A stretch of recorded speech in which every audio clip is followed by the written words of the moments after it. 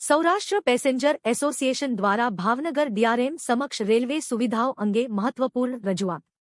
Bhavnagar railway division manager Shri Dinesh વર્માજી સાથે Saurashtra passenger એસોસિએશનના પ્રતિનિધિમંડળે મુલાકાત લઈ સૌરાષ્ટ્રને લગતા વિવિધ મહત્વપૂર્ણ રેલવે પ્રશ્નો અને જનહિતની માંગણીઓ રજૂ કરી હતી.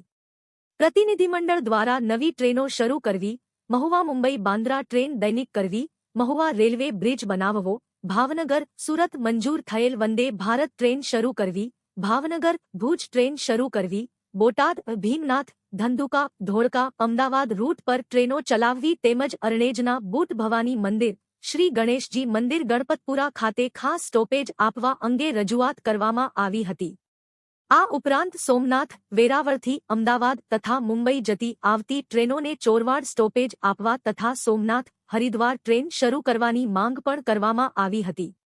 ડીઆરએમ શ્રી દિનેશ વર્માએ તમામ પ્રશ્નો ધ્યાનપૂર્વક સાંભળી હકારાત્મક અભિગમ સાથે ચર્ચા કરી અને નવી ટ્રેનો તથા સુવિધાઓ અંગે રેલવે બોર્ડ સમક્ષ ભાવનગર રેલવે ડિવિઝન દ્વારા દરખાસ્ત મોકલવામાં આવશે તેમ આશ્વાસન આપ્યું હતું.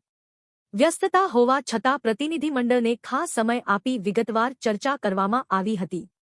આ મુલાકાતમાં સૌરાષ્ટ્ર પેસેન્જર એસોસિએશનના પ્રમુખ શ્રી નીતિનભાઈ વોરા, જોઈન્ટ સેક્રેટરી કિશોર ભટ્ટ, ભાજપા અગ્રણી મુકેશભાઈ ચોલેરા, દેવાભાઈ વોરા, હરકિશનભાઈ મહેતા, પ્રિતેશભાઈ નારોલા, ધીરુભાઈ નારોલા, વિજયભાઈ બોસમિયા, કિશોરભાઈ મકવાણા, શ્રી વિનુભાઈ રાવળ તથા હિતેશભાઈ પારેખ ઉપસ્થિત રહ્યા હતા તેમ યાદીમાં જણાવેલ છે.